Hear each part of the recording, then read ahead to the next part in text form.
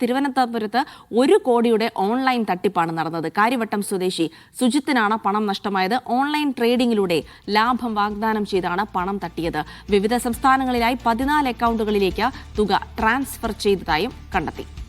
Sijo V John വിവരങ്ങൾ നൽകും. സിജോ, വലിയൊരു തുകയാണ് നഷ്ടമായിരിക്കുന്നത്. പ്രത്യേകിച്ച് ഇപ്പോൾ ട്രേഡിംഗ് എന്ന് പറയുന്നത് എല്ലാവർക്കും പഠിക്കാമെന്നൊക്കെ പറഞ്ഞുകൊണ്ട് എല്ലാവരും അതിലേക്ക് ഇറങ്ങി ചെല്ലുന്ന ഒരു സമയം കൂടിയാണ്. ഈ സമയത്ത് കൂടിയാണ് ട്രേഡിംഗിന്റെ പേരിൽ കൂടി പണം നഷ്ടമാകുന്നത്. എങ്ങനെയാണ് ഈ തട്ടിപ്പ് നടന്നത്? ഓൺലൈനിലൂടെ തന്നെയാണ് ഈ തട്ടിപ്പ് സംഘം സുജിത്തിനെ ബന്ധപ്പെടുന്നത്. വാട്സപ്പിലൂടെയും ടെലിഗ്രാമിലൂടെയാണ് ഇത് സംബന്ധിച്ച വിവരങ്ങൾ നൽകുകയും ചെയ്തിരുന്നത്. പണം നൽകുകയാണെങ്കിൽ ഓൺലൈൻ ഷെയർ ട്രേഡിംഗിലൂടെ വലിയ ലാഭം ഉണ്ടാക്കി നൽകാം എന്നുള്ള പറഞ്ഞുകൊണ്ടാണ് വിശ്വസിപ്പിക്കുകയും ചെയ്യുന്നത്. അങ്ങനെ ആദ്യമായി സുജിത്ത് പണം കൈമാറുന്നത് കഴിഞ്ഞ വർഷം ഒക്ടോബർ 12-നാണ്. പിന്നീട് ഈ കഴിഞ്ഞ മാർച്ച് 30-ാം വരെ ഇത്തരത്തിൽ പണം ട്രാൻസ്ഫർ ചെയ്യുകയും ചെയ്തിരിക്കുന്നു. അങ്ങനെ 14 അക്കൗണ്ടുകളിലേക്കാണ് ഈ തുക കൈമാറുകയും ചെയ്തിരിക്കുന്നത്.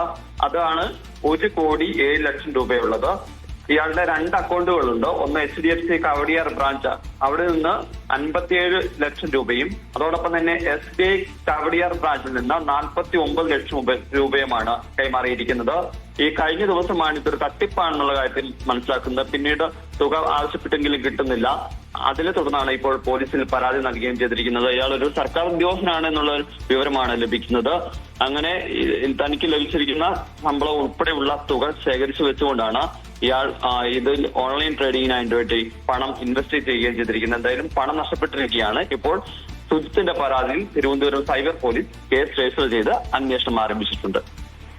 ശരി, സിജോ വി ജോണാണ് വിവരങ്ങൾ നൽകിയത്.